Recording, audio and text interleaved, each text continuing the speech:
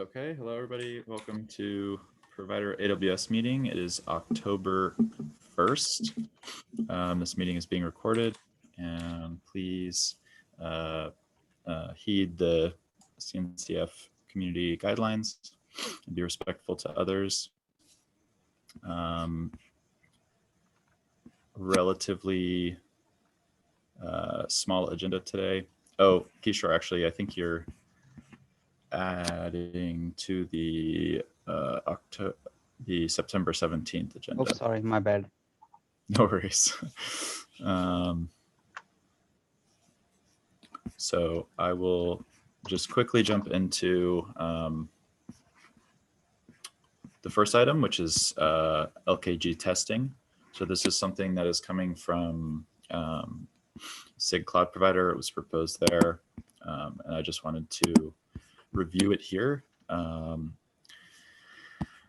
will try to summarize it, although I'm not super familiar with it, so bear with me. But basically, the problem statement is that when moving out of tree for a cloud provider, you come across the issue where changes in tree Kubernetes can now break cloud providers without a feedback loop, and potentially vice versa.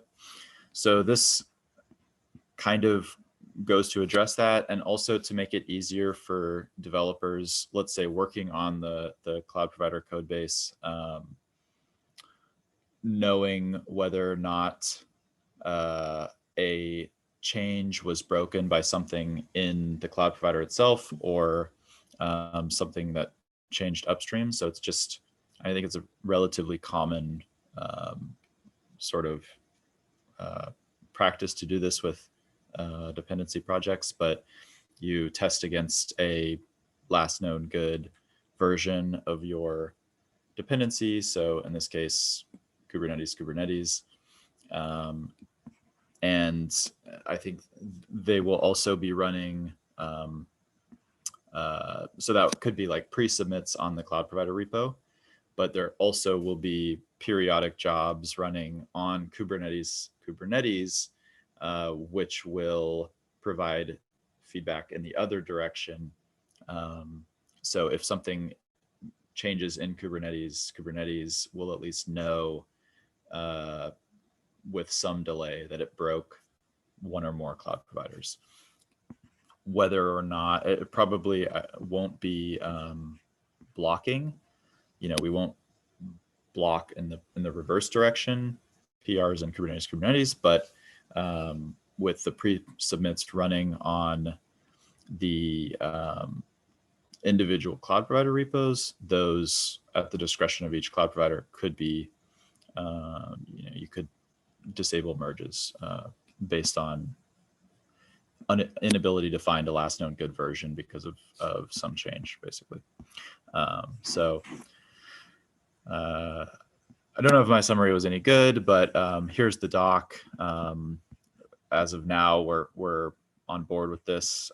This is how we will do testing in the cloud provider AWS repository. We'll take advantage of the shared framework that SIG Cloud Provider comes up with.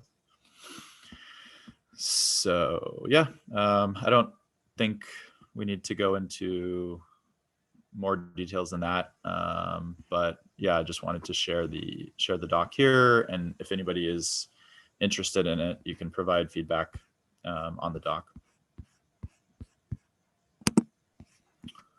Sure, thanks. I have a question, like, do we have a version skew policy for cloud provider, or how that versioning is going to work? Do we release in sync with? Yeah, like right now, it's not super clearly defined, but we release a new version of cloud provider with each version of Kubernetes.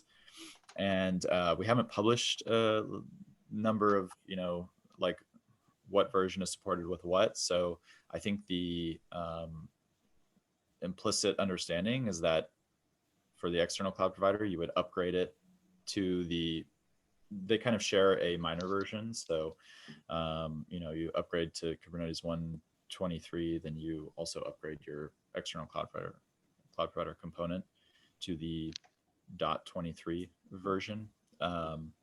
If we want to do less work and support more versions, I'm open to it. But that's what we're doing right now. Okay. I was just thinking about it, like the cloud provider changes doesn't have to like keep up with the Kubernetes, right? Because a lot of times it's going to be constant because the SDKs and all the things on the cloud provider side has a different cycle. So I was just thinking like aloud whether it would make more sense to release with the Kubernetes or have some independent release cycle for the cloud provider because those are different repositories. So we don't have to tie them up to the Kubernetes version. That was what I was a little bit confused like while I was looking at it. So yeah, no, I mean it's a good point, and I think we should consider that. The reason it is what is, the reason we're doing the versioning with Kubernetes right now is because that was sort of agreed upon as like the recommended way to do it in SIG Cloud Provider. But I completely agree with the downsides there. It is more work to keep up with the upstream repo when it's not completely necessary. But yeah. Cool. So sure, something we can keep discussing further. Of course, I see a lot of work there for us to move to the CCM, right? And yeah. also, I was testing this pull request, like I built from the master branch. So I do see the cloud provider warning, like it's being deprecated, but it still works.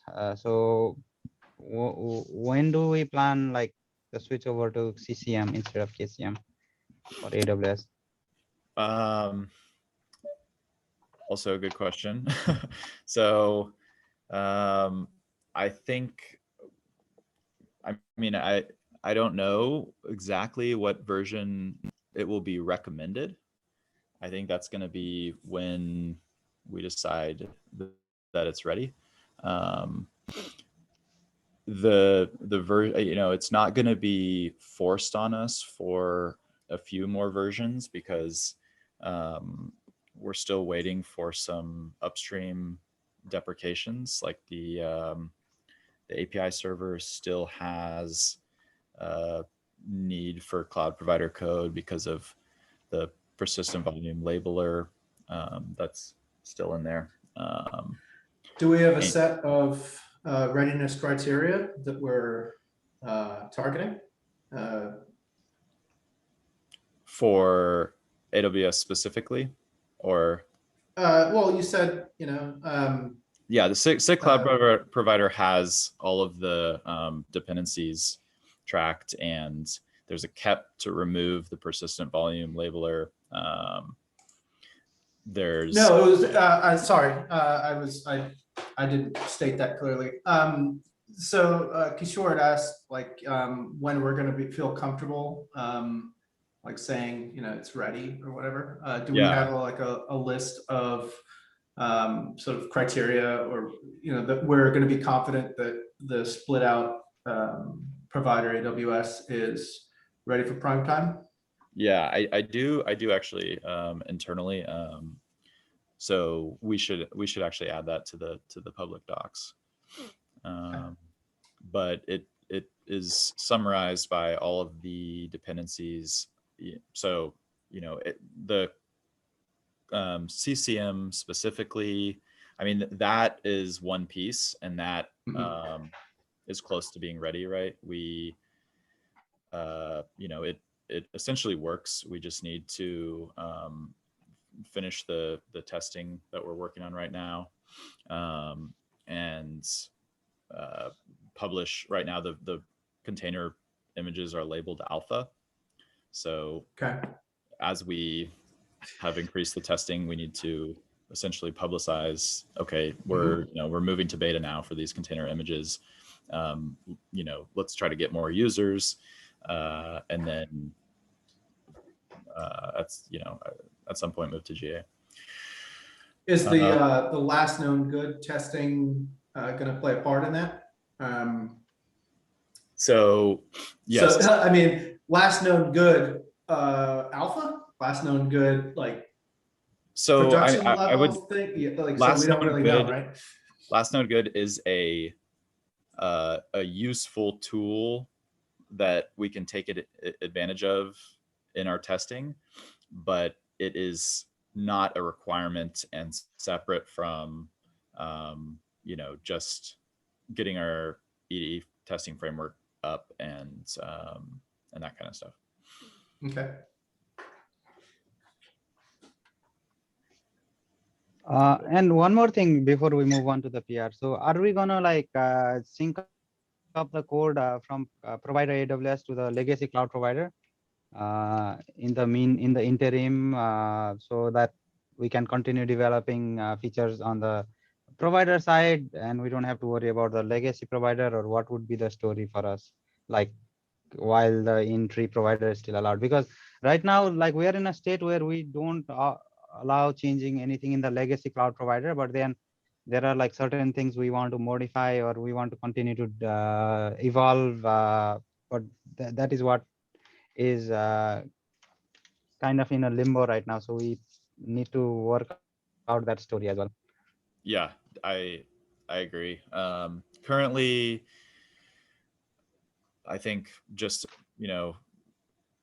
when I will defer to the upstream timeline for removing that code, which is again reliant on the dependencies. So we can't remove the entry cloud provider until we've deprecated the persistent volume labeler, and that is waiting on this KEP to build out a replacement for it, basically. So I think that's the longest tail. There's kubelet image credential provider, which is I believe beta now. So that's moving along well, and then CCM is making progress. So as soon as all of those upstream dependencies are removed, then the upstream code will be removed. But I don't think we're going to do it earlier than upstream requires, I guess. Because I remember like hearing from the GCP guys where they couldn't remove it completely, so they did mention something to that line. So we should also like you're talking about how they wanted to include the dependency back in. Yeah, something similar. I mean, we definitely don't want to stick our head, of course, but then what it feels like to me is like it's gonna take some time, right? It's not gonna happen immediately over one release or so. So we want to be we want to continue to develop features and fixes in the meantime as well. So we want to find out a balance. Like, fine, the legacy provider is now deprecated. That's a welcome thing. But then now we want to see how we can actively develop, contribute, and then include that in the provider. So like something to that effect we need to work out. Yeah. Does it make sense? Sort of. I agree. I mean, features are already deprecated in, we're not merging features in the legacy provider. So they will diverge more and more until the legacy provider is finally removed. I think, but I agree, it's just going to get harder and harder to cherry pick stuff back and forth between them. So Kishore, get it done, the better. Kishore, were you asking whether we can continue to merge new code into legacy cloud providers AWS along with the split out cloud provider AWS? So I think that would be difficult to maintain. What I was thinking around more was like whether we have a mechanism to use CCM like the cloud provider AWS as in-tree, something to that effect. So we only have one place to develop, but then we get the features so that in-tree deprecation can take its own time. And when they deprecate, we are ready. So that was what I was getting at more. Yeah, Because clearly, like, we stopped the development on this legacy provider, that clearly doesn't work in our favor, right? Because now we gonna tell the customers, okay, these features won't be there, or these features won't be there. So that is what will be difficult for us to maintain. yeah, it's all kind the of long. it's leverage to get people to move to the out of tree provider. So yeah, Google had the same want, and after a discussion and said cloud provider, they eventually they were sort of denied, and Couldn't we make a rule that everything has to go into CCM cloud provider AWS first, and then only in certain situations be potentially cherry picked back into the legacy cloud provider? Yeah, I mean, that's basically what it is now, except Okay. it's only bug fixes that are allowed. So, So like yeah, this pull request 105.361 is adding support for multi-protocol, but into the legacy cloud provider, right? that So yeah, we can go into that when we review it. So actually, it's like, it's a it doesn't good add the. segue into this the next topic, right? Sure. Yeah. Let's bring that up as well. So yeah, that's where the dilemma comes in, right? So I'm gonna explain you my dilemma there. So yeah, totally. I mean, I was looking at sure, this PR and thinking this is your dilemma, right? It's like, of course. where So here is should the we add thing. it in? Yeah. So this feature gate will be enabled. Like, we plan to enable this mixed protocol LB service in 123. So what happens is, after this is enabled, Kubernetes will no longer validate that the protocols are the same. So far until now, Kubernetes had been validating that all ports are either TCP or all ports are either UDP. No mixed support is available.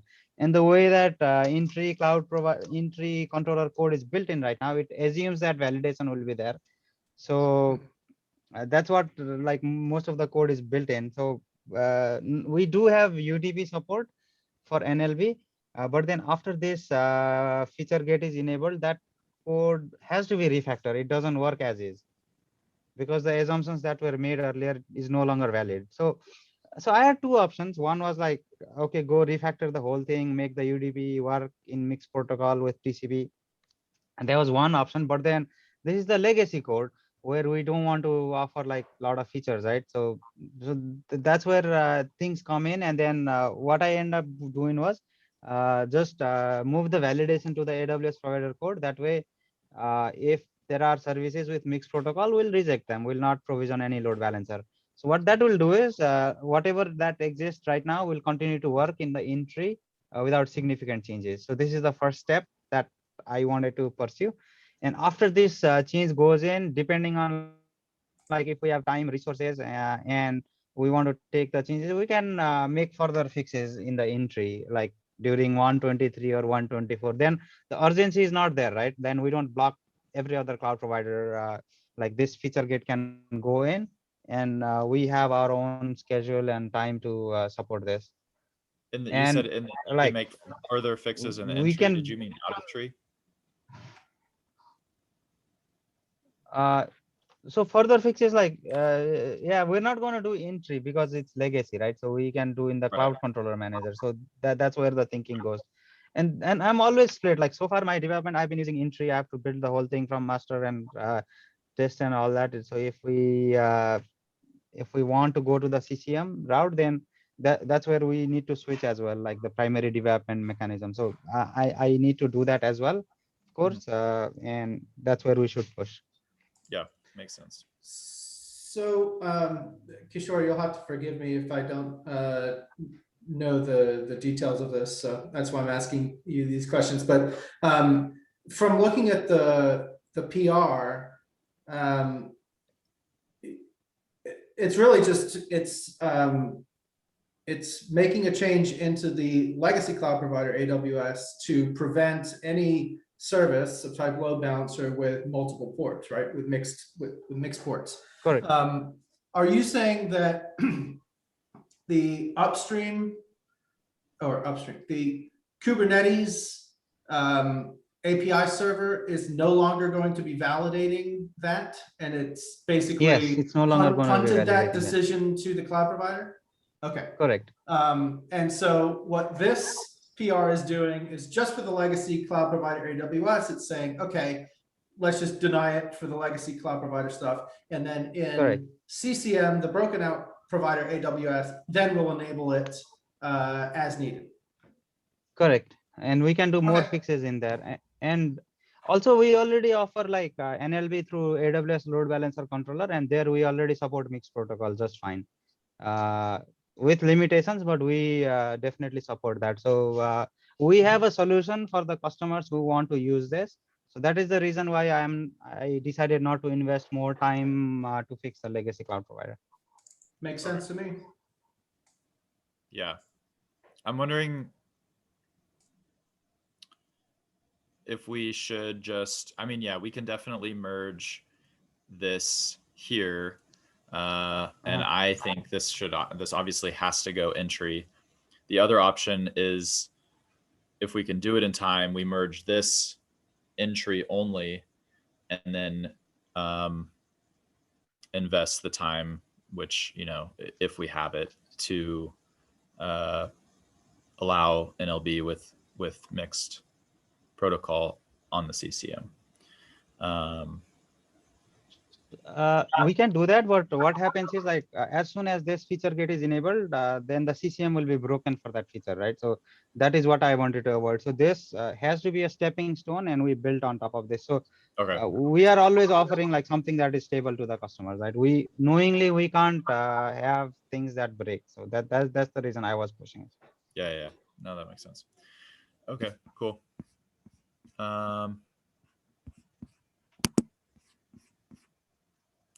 Well, that was a pretty quick agenda. Does anybody have anything else that they wanted to talk about? I'm good from my side. So if you put your comment, I will reach out to Andrew or whoever has the permission to merge this PR. Okay, sounds good. Yeah, thank you. I'll comment on it too. No, I don't have anything else, and actually I have a hard stop anyway. Okay, I got a sprint planning meeting. all right, well, thanks everybody for coming. And next meeting will be probably canceled because of KubeCon, but maybe, you know, if anybody's in LA, I will be there. We can have an informal lunch or something like that. I'll be there in spirit. Awesome. All right. So next meeting will be at the end of October. See everybody then. Yeah. Bye-bye. Have Bye. a great rest of the day and great weekend. Bye. Yeah, you too.